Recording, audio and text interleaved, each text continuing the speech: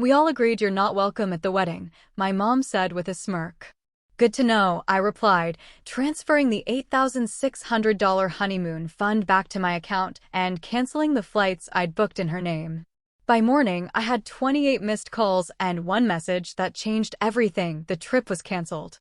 I thought I'd always be the steady one, the protector, especially for my younger sister, Rebecca.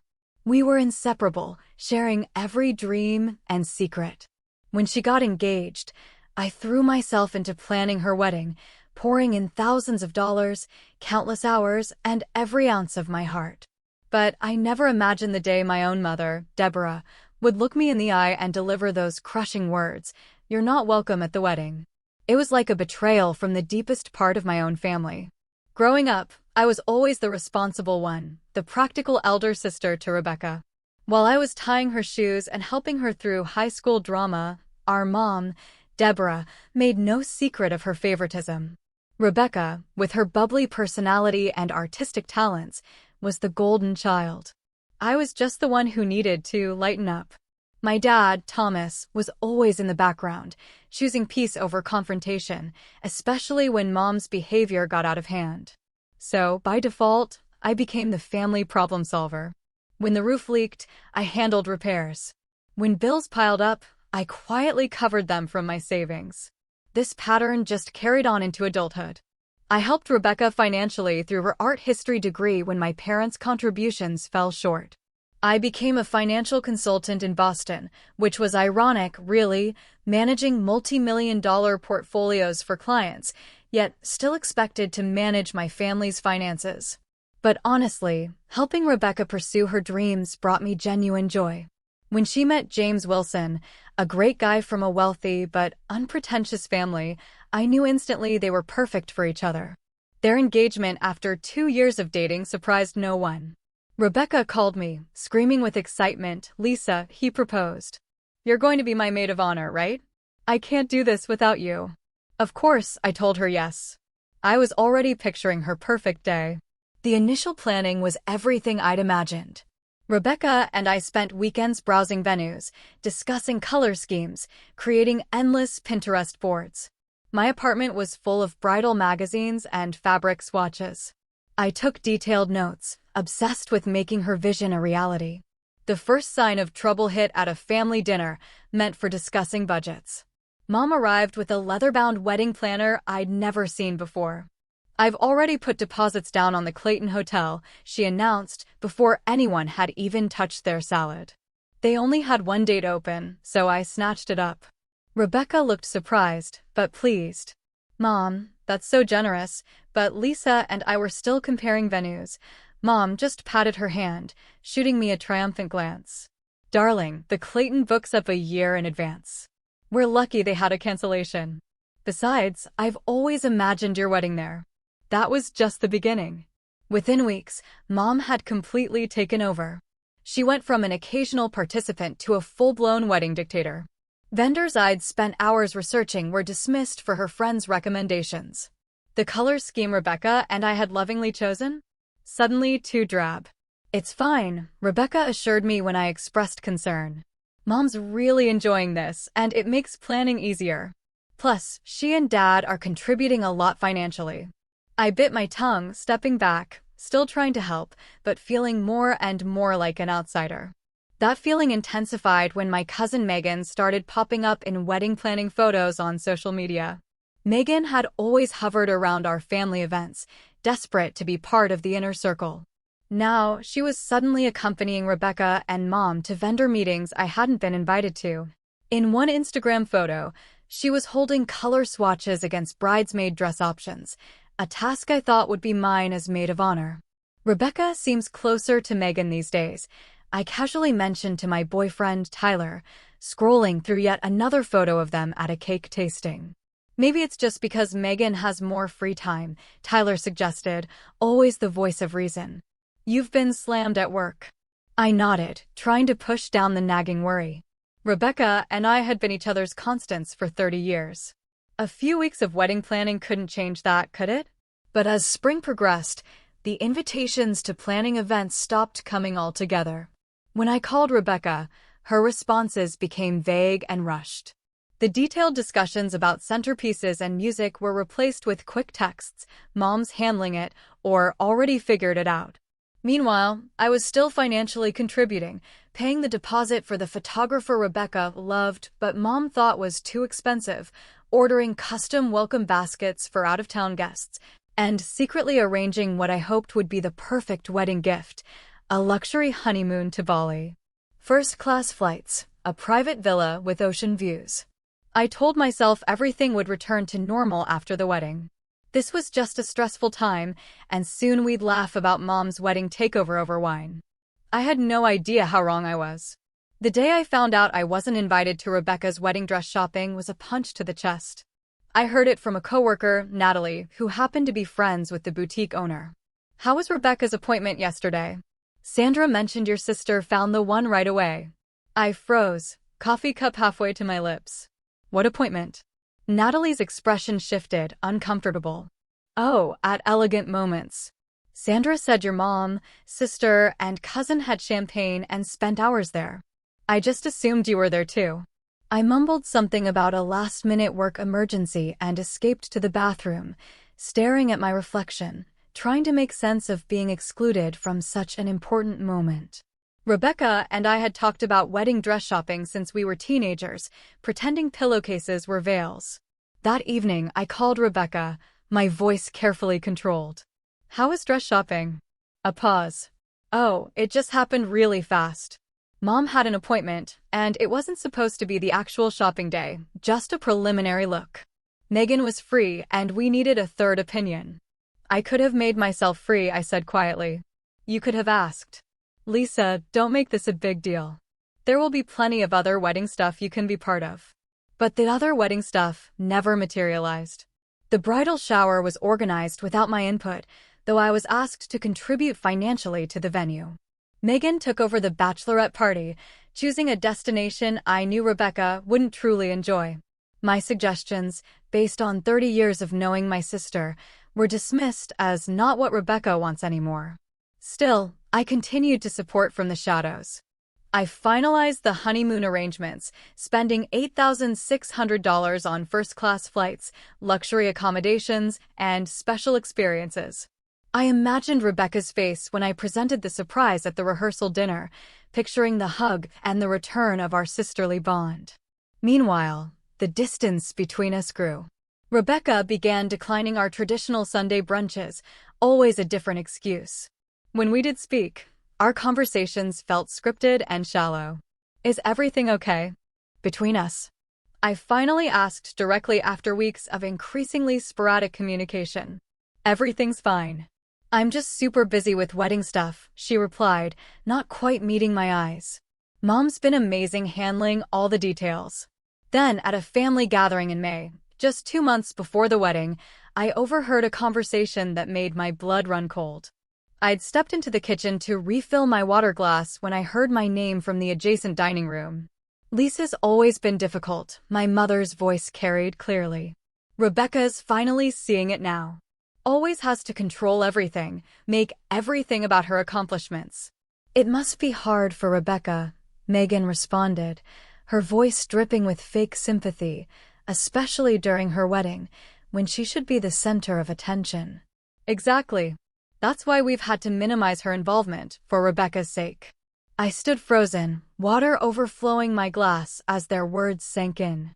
My own mother was actively working to exclude me from my sister's wedding, painting me as some sort of attention-seeking monster to anyone who would listen. That night, I broke down to Tyler, finally voicing the fears I'd been suppressing for months. What if they don't even want me at the wedding anymore? What if all this distancing is leading to something worse? Tyler pulled me close, his steady presence a stark contrast to my shaking hands. "That's not possible. You're Rebecca's sister, and you've done nothing but support her. But what if Mom has convinced her otherwise? You don't know how persuasive she can be, how she twists things." "Then you need to talk to Rebecca directly," Tyler said firmly. "No more guessing, no more hoping it will get better on its own. You need to have a real conversation about what's happening." He was right. The situation had deteriorated too far for passive acceptance. I texted Rebecca the next morning, Need to talk about the wedding and our relationship. Can we meet tomorrow? Her response came hours later, really busy with wedding stuff. Come to Mom and Dad's on Thursday at 7 o'clock. We can talk then. Those 5 days were among the longest of my life. I rehearsed what I would say, how I would calmly express my hurt without accusation. I reminded myself that Rebecca might be caught in the middle, pressured by our mother's strong personality. I arrived at our parents' house Thursday evening with a heart full of hope for reconciliation and clarity. I had no idea I was walking into an ambush that would shatter my relationship with my family and force me to redefine what loyalty and self-respect truly meant. The evening air felt unusually still as I parked outside my parents' colonial-style home. The familiar driveway where Rebecca and I had played hopscotch as kids now felt like foreign territory. I checked my reflection, straightened my blouse, and took a deep breath before heading to the front door. Mom answered before I could even ring the bell, her expression unreadable. "We're in the living room," she said curtly, turning without waiting for my response. The scene inside felt staged. Dad sat in his usual armchair, looking uncomfortable and slightly gray. Rebecca perched on the edge of the sofa, eyes down, fingers twisting in her lap. Mom positioned herself standing behind Rebecca, one hand on the sofa back in what looked like a protective stance. And there, in what had always been my spot during family discussions, sat Megan, looking simultaneously smug and concerned. "What's going on?" I asked, remaining standing when no one offered me a seat. "Rebecca, I thought we were going to talk about the wedding." "That's why we're all here," Mom interjected before Rebecca could speak. "There's something you need to understand about the wedding." A strange stillness settled over me, a calm before a storm I could feel approaching. "We've been discussing things," Mom continued, her voice taking on the patronizing tone she'd perfected over decades, "as a family, and we all agreed that your involvement in the wedding has become problematic." "Problematic?" I echoed, looking directly at Rebecca, who still wouldn't meet my gaze. "Your controlling behavior, your need to make everything about yourself," Mom said, ticking off points on her fingers like items on a grocery list.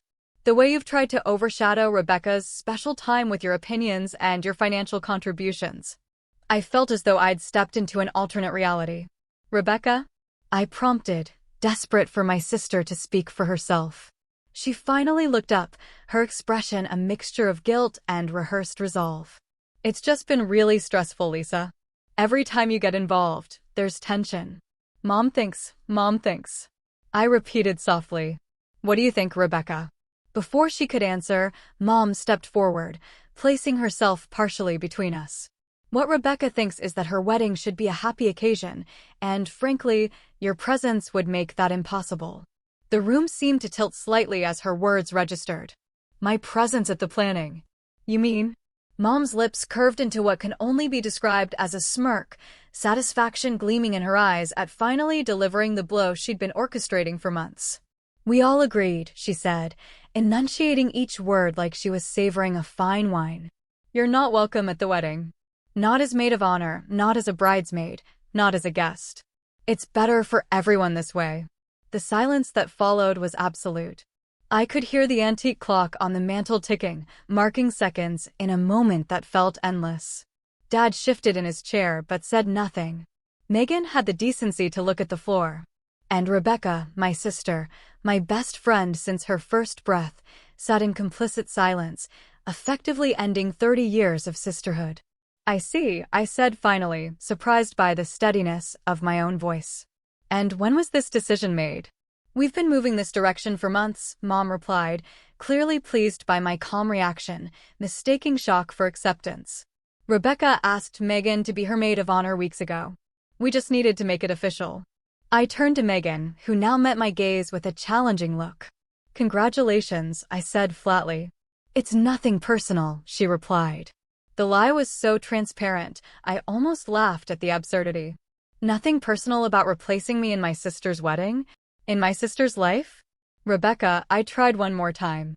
"Is this really what you want?" Mom answered again. "Rebecca wants a drama-free wedding. You've always been too controlling, too opinionated. Everything has to be your way. The venue wasn't good enough. The caterer wasn't up to your standards. That's not true, and you know it." I interrupted, feeling the first crack in my composed facade. I've supported every decision, even when I wasn't consulted. I've contributed thousands of dollars without being asked. See, there it is. Mom pointed accusingly. Throwing your money in our faces. Using your financial contributions to control the wedding. That's exactly why you can't be there. I looked at my father, silently pleading for him to say something. Anything. He met my eyes briefly, then looked away, his lifelong pattern of avoiding conflict winning out even now. A strange calm settled over me then, a clarity cutting through the hurt and confusion. This wasn't a misunderstanding. This wasn't something that could be fixed with a heart-to-heart. This was a carefully orchestrated exclusion, months in the making. Good to know, I said simply. I turned and walked toward the door, my movements mechanical. Behind me, I heard Rebecca call my name once, softly, but no footsteps followed. No one tried to stop me. The drive home passed in a blur. Streetlights smeared like watercolors as unexpected tears filled my eyes. I pulled over twice when the road became too blurry to navigate safely. My phone buzzed repeatedly, but I couldn't bring myself to look. When I finally reached my apartment, Tyler was waiting, his face full of hopeful expectation that crumbled the moment he saw me. What happened? He asked immediately, pulling me into a hug. The whole story poured out in disjointed fragments between sobs. The ambush, Mom's cruel smirk, Rebecca's betrayal, Dad's silence, Megan's triumph. They can't do this, Tyler said when I finished, outrage clear in his voice. You're her sister. You've done nothing but support her. Apparently, that doesn't matter, I whispered, emotional exhaustion beginning to set in. Mom's been working on this for months, turning Rebecca against me, making me out to be some kind of villain. What are you going to do? Tyler asked, his hand warm against mine. I stared out the window at the city lights below, feeling hollow, yet somehow lighter, as if the worst had happened and now I could begin to rebuild. I don't know yet, I admitted. But I know I deserve better than this. All of this. What I didn't realize then was that the confrontation that evening wasn't the end of the story. It was merely the setup for what would come next, both the depths of betrayal and the unexpected path to healing that would follow. In the coming days, sleep eluded me. I lay awake replaying the scene at my parents' house, analyzing every word, every look, searching for something I might have misunderstood or misinterpreted. But the memory of my mother's satisfied smirk as she delivered her verdict left no room for ambiguity. By 4 a.m., I'd given up on sleep entirely. Sitting at my kitchen table with a cup of tea growing cold beside me, I began to catalog all I had contributed to Rebecca's wedding: the photographer deposit, the custom welcome baskets, the string quartet I'd arranged as a surprise. The list grew longer as I remembered smaller expenses, then the honeymoon, the crown jewel of my gifts to my sister and James. First-class flights to Bali, the private villa, the special experiences. All told, I'd contributed over $15,000 to a wedding I was now banned from attending. The first light of dawn was breaking when I made my decision. I opened my laptop and navigated to my banking app. With steady fingers, I transferred the $8,600 honeymoon fund back to my personal account. Next, I logged into the airline and resort websites, methodically canceling each reservation. I sent a brief, professional email to the travel agent handling the special experiences, explaining that the plans had changed. My phone had been buzzing intermittently throughout the night, but I hadn't looked at it. Now I checked the notifications: 3 missed calls from Rebecca, 12 from Mom, even 1 from Dad, which was unusual. There were multiple texts, most from Mom, ranging from defensive, "You're making this all about you again," to accusatory, "After everything we've done for you." Nothing that indicated remorse or reconsideration. I made one last call to my credit card company. "I need to report some unauthorized charges," I explained to the representative. "Family members have been making purchases without my permission." It wasn't entirely accurate, but it wasn't entirely untrue either. I'd never explicitly authorized my mother to use my card information for the additional wedding favors she'd ordered last month or the upgraded linens she'd insisted upon. By 7 a.m., I'd methodically untangled my financial ties to Rebecca's wedding. I sent a brief email to my boss explaining I needed a personal day, then turned off my phone completely. The sudden silence felt both terrifying and liberating. I spent the morning walking through the public gardens, trying to process the magnitude of what had happened. The betrayal felt physical, an actual ache beneath my ribs that intensified with each breath. Rebecca and I had shared everything for 30 years: secrets, dreams, sorrows, celebrations. How could she sit silently while Mom banished me from her wedding? How could she replace me with Megan of all people? Around noon, I met my best friend, Olivia, for lunch. I hadn't planned to tell her everything, but one look at my face and she knew something was catastrophically wrong. "They did what?" she exclaimed when I finished explaining, loud enough that neighboring tables turned to look. "Your own mother said that to your face?" I nodded, pushing salad around my plate without eating. "And Rebecca just sat there?" "Said nothing." Olivia's outrage was validating after hours of self-doubt. She tried to speak once or twice, but Mom kept interrupting, and she didn't stop any of it. I trailed off, the hurt still too raw to articulate fully. Olivia reached for my hand across the table. "Lisa, there's something you should know. I didn't tell you before because I didn't want to upset you, but now I think you need to hear it." My stomach tightened. "What is it?" "Your mom has been saying things about you for months now." Olivia looked uncomfortable. "At Rebecca's engagement party, she told my mother that you were jealous of Rebecca's happiness. And at the Williams dinner party last month, she mentioned how concerned everyone was about your fragile emotional state and how the family was walking on eggshells around you." I stared at her, stunned. "What? Why would she say that?" "I don't know, but she's been planting these little seeds with everyone in your social circle." Small comments, concerned looks. Nothing direct enough to seem malicious, just enough to create this impression that you're unstable, somehow difficult. Olivia squeezed my hand. I shut it down whenever I heard it, but I'm not everywhere. My mother's voice echoed in my memory. "Your controlling behavior, your need to make everything about yourself." She hadn't just been turning Rebecca against me, she'd been systematically undermining me with everyone we knew. "But why?" I whispered, more to myself than to Olivia. "What does she gain from this?" "Control," Olivia said simply. "You're successful, independent, financially stable. You have what she never did. My mom always said your mother seemed jealous of you, even when we were kids." The pieces began to align in a new pattern, illuminating decades of small cruelties and manipulations I'd normalized or excused. The times Mom had forgotten to tell me about family events. The backhanded compliments about my career. "It's amazing you've done so well without a husband to support you." The way she subtly reminded Rebecca of every childhood slight while glossing over all I'd done to support and protect my sister. "I've been so blind," I said finally. "You've been a daughter who wanted to believe the best about her mother," Olivia corrected gently. "That's not blindness. That's love." By the time I returned home that afternoon, I felt different. Still hurt, but clearer about what was happening and what I needed to do. I turned my phone back on and watched as notifications flooded in, 28 missed calls in total. Voicemails ranging from my mother's cold fury to my father's uncomfortable attempts at peacemaking. And one message from Rebecca, sent at 3:42 a.m. That changed everything. "I'm so sorry, Lisa. Mom's been lying to me about you for months. James and I just found out what she did with the honeymoon reservations. Please call me. Please. I need my sister back." I stared at Rebecca's message for a long time, my thumb hovering over the call button without pressing it. The raw emotion in her text felt genuine, but after months of manipulation and yesterday's brutal confrontation, I wasn't ready to dive back into the chaos without understanding more.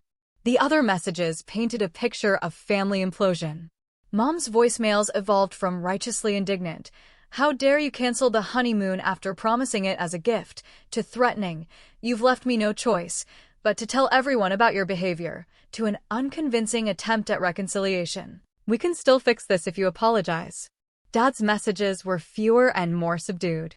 "Your mother is very upset," he said in one, background noise suggesting he was calling from his car to avoid being overheard. "I didn't know about any of this until yesterday. Please call when you can." Other family members had begun weighing in too. My Uncle Robert, always Mom's ally, left a stern lecture about respecting parents. My grandmother asked in her wavering voice if I was feeling all right, clearly having received Mom's version of events. But there were unexpected supporters too.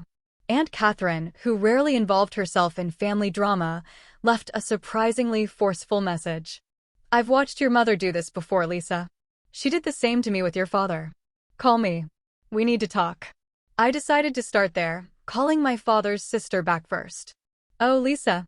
Aunt Catherine's warm voice filled the line immediately. "I've been so worried.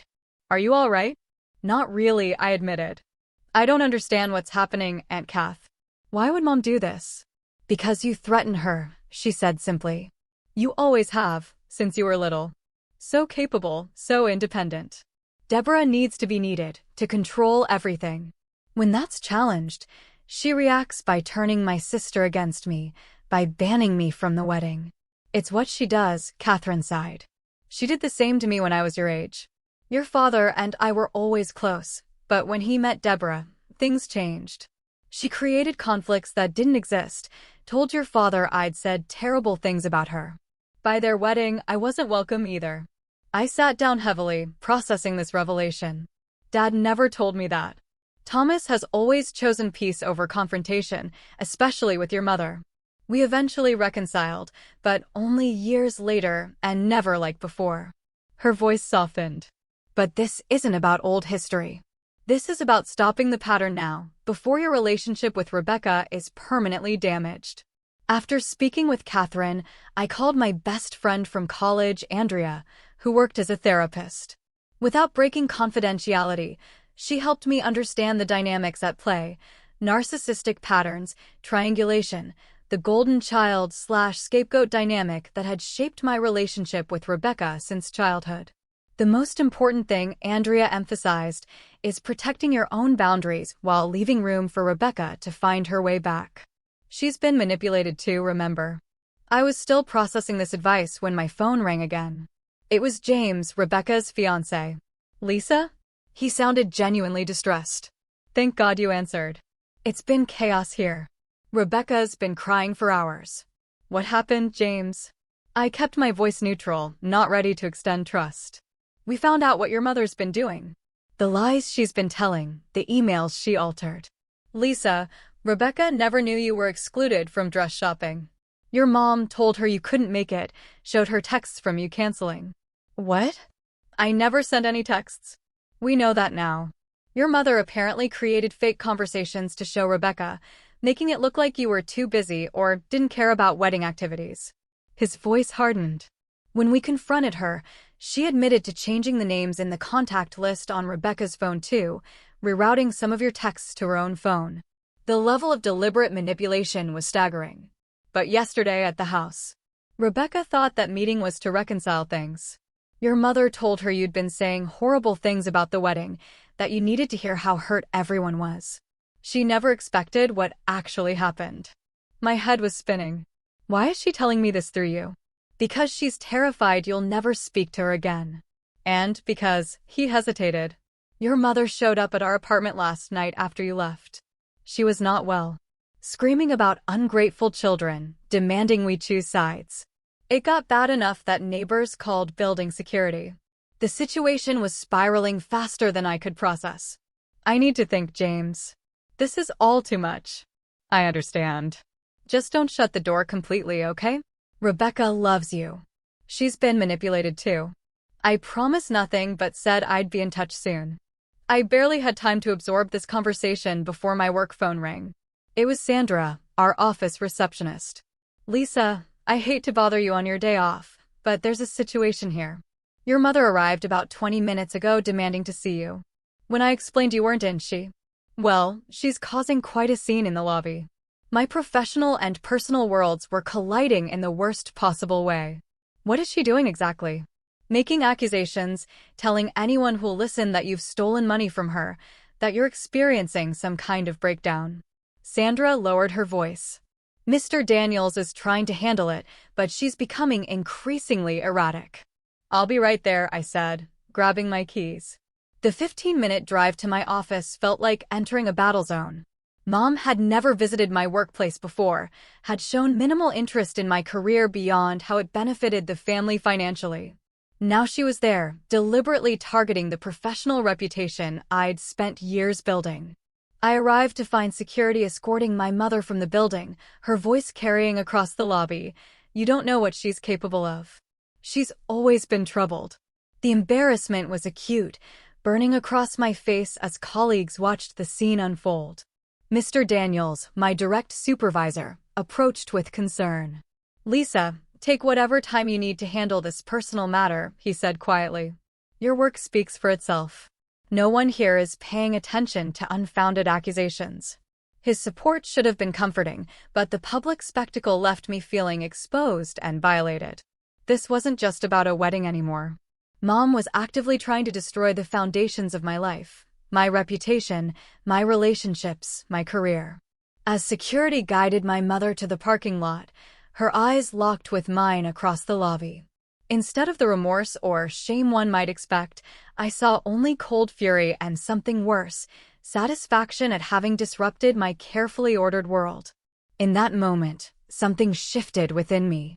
The hurt child seeking maternal approval disappeared, replaced by a clear-eyed adult who could finally see the pattern of manipulation for what it was. This wasn't love. This wasn't family.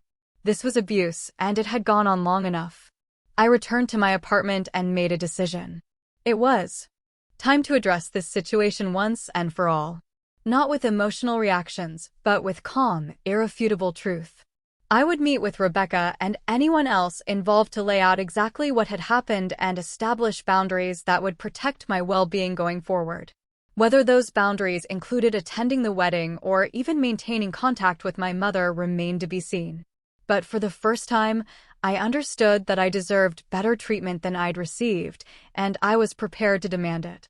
2 days later, I sat at a corner table in a neutral location, a quiet cafe halfway between my apartment and Rebecca's. I'd arrived early to settle my nerves, arranging printed evidence in a folder beside me, screenshots of original texts that contradicted Mom's fabricated ones, email confirmations of wedding arrangements I'd made, bank statements showing my financial contributions. Rebecca arrived alone, looking smaller somehow, her usual confidence diminished. Dark circles beneath her eyes matched my own. "Thank you for coming," she said softly, sliding into the chair opposite me. "James isn't joining us?" I asked, having expected him after our phone conversation. "He's parking the car. I wanted a few minutes with just you first." Her hands trembled slightly as she arranged her purse beside her. "Lisa, I don't even know where to begin." I waited, giving her space to find her words. This wasn't how I'd pictured our first conversation after the confrontation, but nothing about this situation had followed expected patterns. "I believed her," Rebecca finally said, voice breaking. "All these months, Mom has been showing me texts from you canceling plans, telling me you thought my wedding choices were tacky, that you were too busy with your important career to be bothered with wedding details." Tears spilled onto her cheeks. I believed her because it was easier than thinking my mother would lie so completely, so deliberately. "She showed you fake texts?" I asked, still struggling to comprehend the extent of the deception.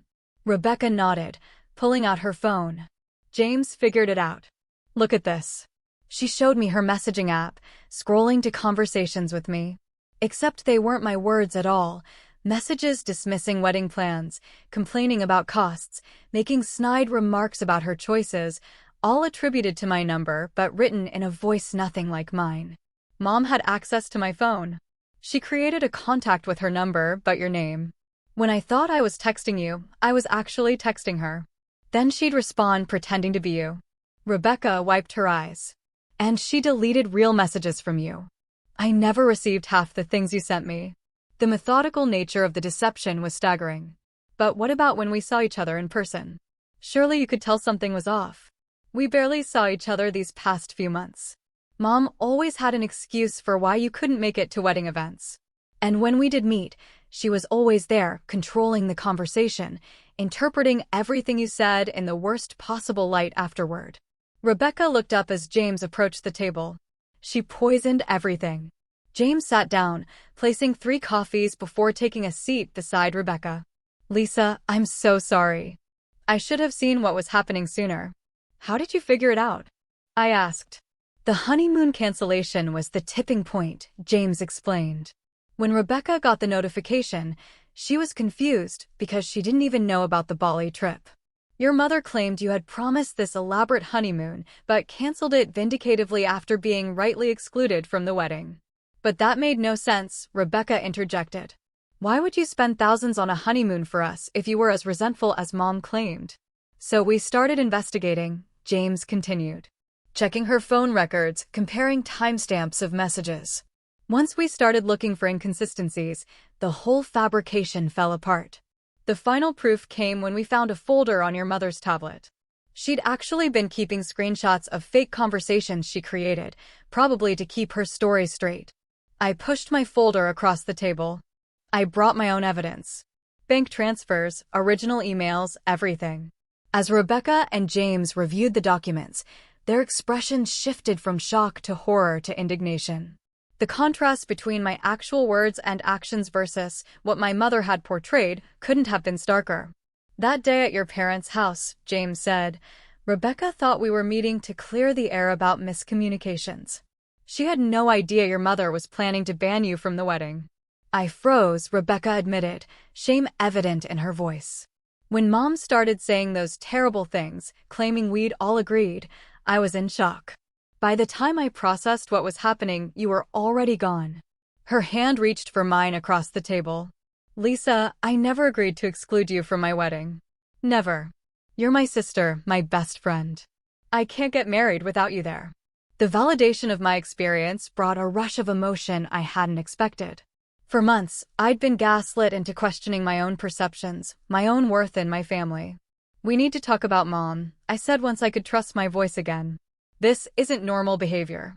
This is deliberate, calculated manipulation. It gets worse, James said grimly. After you left that night, Rebecca confronted your mother. The things she said, the venom, it was like watching someone transform into a different person. Rebecca nodded. She admitted to everything, but with no remorse. She said she was protecting me from your negative influence. When I said I wanted you back in the wedding, she threatened to withdraw all financial support and tell everyone in the family I was having a pre-wedding breakdown. Just like what she's been saying about me, I murmured. Exactly, James confirmed. It's a pattern she uses to discredit anyone who challenges her. We spent the next hour mapping out the full extent of my mother's manipulation, the altered texts, the diverted invitations, the rumors spread throughout our social circle, the financial control. Each revelation built upon the last, creating a comprehensive picture of calculated emotional abuse spanning decades. I've arranged a meeting, I finally said, with Dad, Aunt Catherine, and a few other family members who need to hear the truth. A neutral family intervention of sorts. When? Rebecca asked. Tomorrow. Evening. Will you come? She nodded without hesitation. Of course. It's time everyone knew the truth. The family meeting the following evening was both difficult and necessary.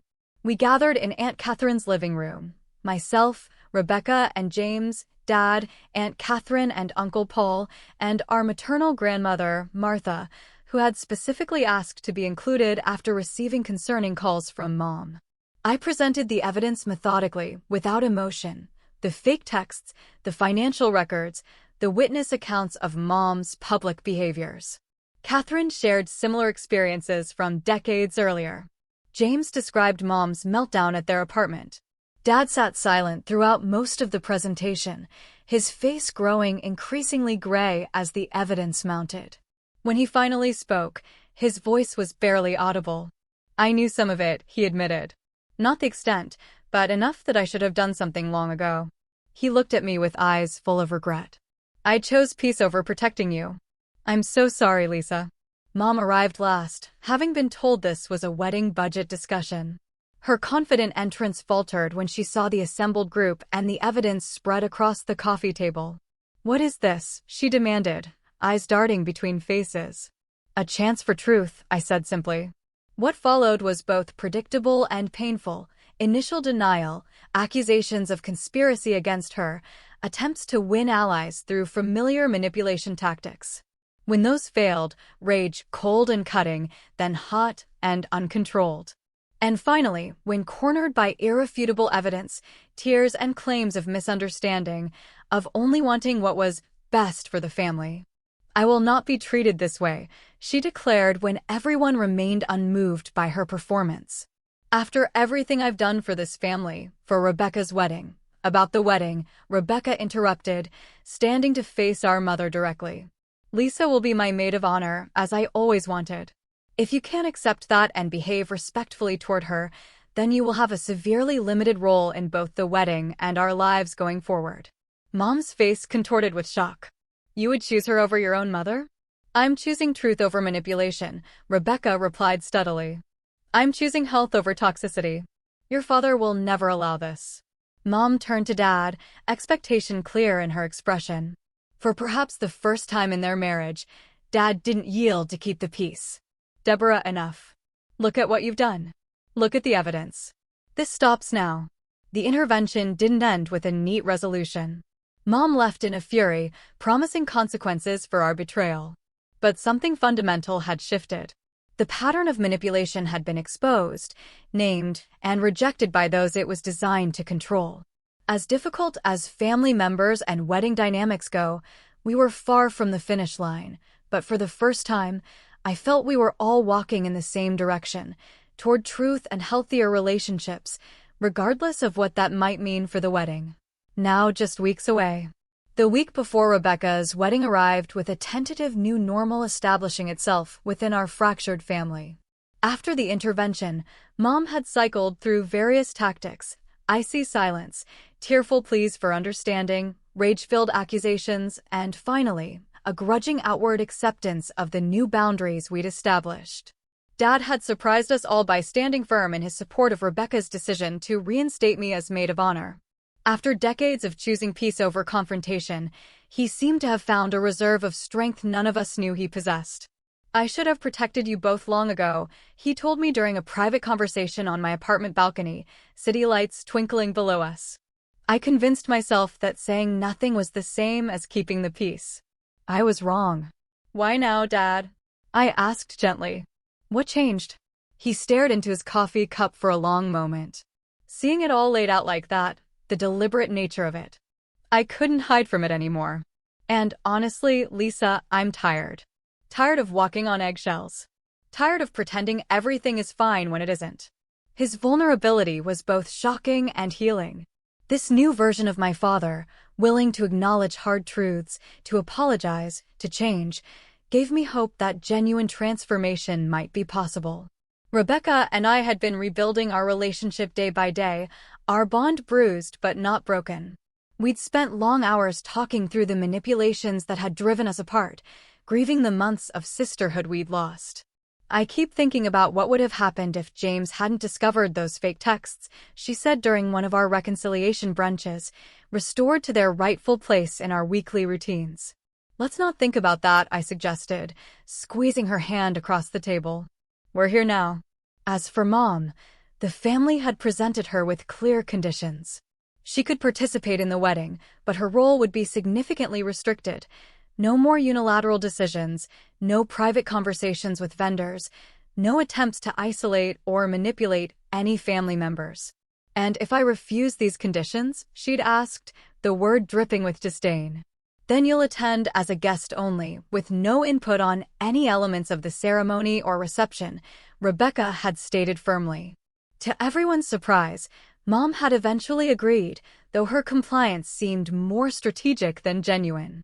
The flashes of resentment in her eyes, quickly masked by artificial pleasantness, told the true story. My own journey through this ordeal had been transformative in unexpected ways. The initial devastation had given way to clarity about family dynamics I'd normalized for too long. Working with a therapist specializing in family trauma, I'd begun to recognize patterns of enabling and people-pleasing in my own behavior that had made me vulnerable to manipulation. "Your worth isn't measured by what you provide to others," Dr. Marshall reminded me during a particularly difficult session. "Not financially, not emotionally, not practically." These words became a mantra as wedding preparations entered their final phase.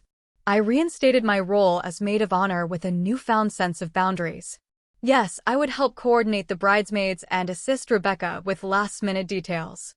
No, I would not deplete my savings or sacrifice my well-being to manage everyone else's emotions. I'd also rebooked a modified version of the honeymoon package for Rebecca and James, still generous, but scaled to reflect my new understanding of healthy giving. This is a gift freely given, with no strings attached, I told them when presenting the revised itinerary. Not a payment for inclusion or affection. The wedding day itself arrived sunny and clear, a beautiful contrast to the emotional storms of previous months. The ceremony was scheduled for 4 p.m. at the Clayton Hotel, leaving the morning and early afternoon for preparations. Mom maintained her promised behavior, though the effort visibly strained her. Her interactions with me were minimal but outwardly polite, her attention focused on playing the role of mother of the bride perfectly for the gathering guests. As I helped Rebecca into her wedding dress, the one I hadn't been present to see her choose, I felt a momentary pang of loss for the uncomplicated joy this day should have held. Rebecca caught my expression in the mirror. "I wish we could erase the last few months," she said softly. "I don't," I surprised myself by responding. As painful as it was, it brought truth into the open. "We can build something healthier now." She turned to face me, radiant in ivory lace. "When did my big sister get so wise?" "Probably around the time my little sister got so brave," I replied, carefully adjusting her veil. The ceremony proceeded beautifully. I stood proudly beside Rebecca, holding her bouquet as she and James exchanged vows, full of authentic emotion. Mom sat in the front row beside Dad, her composure perfect, her eyes occasionally meeting mine with unreadable emotion. It was during the reception that the most unexpected moment of healing occurred. As guests mingled during cocktail hour, I found myself momentarily alone near the gift table, adjusting some displaced cards. "The calligraphy is beautiful," Mom's voice came from behind me. "That was your doing, wasn't it?" I turned, braced for criticism disguised as a compliment, but her expression held something I rarely saw directed at me, genuine appreciation. "Yes," I answered simply. Rebecca mentioned loving hand lettering, so Mom nodded, an uncomfortable silence stretching between us. Finally, she spoke again, her voice lower, less certain. "You've always noticed those details about people. What they love, what matters to them. I never had that gift." The admission, so small yet so significant coming from her, left me momentarily speechless. "The therapist Catherine recommended," Mom continued, looking anywhere but at me, "says I need to practice acknowledging other strengths without feeling diminished by them." A brief, humorless laugh. "Apparently, I have work to do in that area." "You're seeing a therapist?" I couldn't keep the surprise from my voice. "Your father insisted." After everything, she trailed off, then squared her shoulders. "I don't expect this to fix things between us. I know that will take time, if it's even possible. But I am trying." It wasn't an apology. It wasn't a transformation. But it was a tiny crack in the fortress of denial she'd built around herself, and for today, that was enough.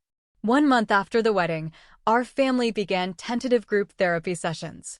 Mom attended reluctantly at first, then with increasing willingness as the framework gave her acceptable ways to express her needs without manipulation. Dad found his voice, gradually speaking truths long suppressed. Rebecca and I strengthened our sisterhood, now built on mutual respect rather than codependent patterns. My own healing journey continued independently as well. I established clearer boundaries in all relationships, not just with family. I learned to recognize when my helping veered into unhealthy territory, and most importantly, I began to value myself apart from what I could provide or do for others. Tyler had been my rock throughout the entire ordeal, his steadfast support never wavering. 6 months after Rebecca's wedding, during a weekend hike to our favorite mountain overlook, he proposed. "Yes," I said without hesitation, but with one condition. He raised an eyebrow, waiting. "Our wedding planning stays between us. Small committee, clear boundaries. No drama." His laughter echoed across the valley below us. Deal. Life continued to evolve in the years that followed. Mom's progress came in fits and starts, some days showing genuine growth, others falling back into old patterns. Dad discovered a newfound confidence that revitalized not just his marriage, but his long-deferred personal interests. Rebecca and James welcomed their first child, making me an aunt to a little girl whose middle name, Lisa, brought tears to my eyes. And I learned perhaps the most valuable lesson of all, that forgiveness doesn't require forgetting, that boundaries aren't barriers to love but foundations for its healthiest expression, and that standing firm in your own worth is not selfish, but essential. The journey from that devastating night when my mother said those cruel words, "We all agreed you're not welcome at the wedding," to where I stand now, wasn't direct or easy. It required courage to face painful truths, wisdom to distinguish healthy relationships from toxic ones, and strength to demand the respect I deserved. If you're facing similar family challenges or painful exclusions, remember that sometimes the hardest boundaries to set are the ones that ultimately lead to healing.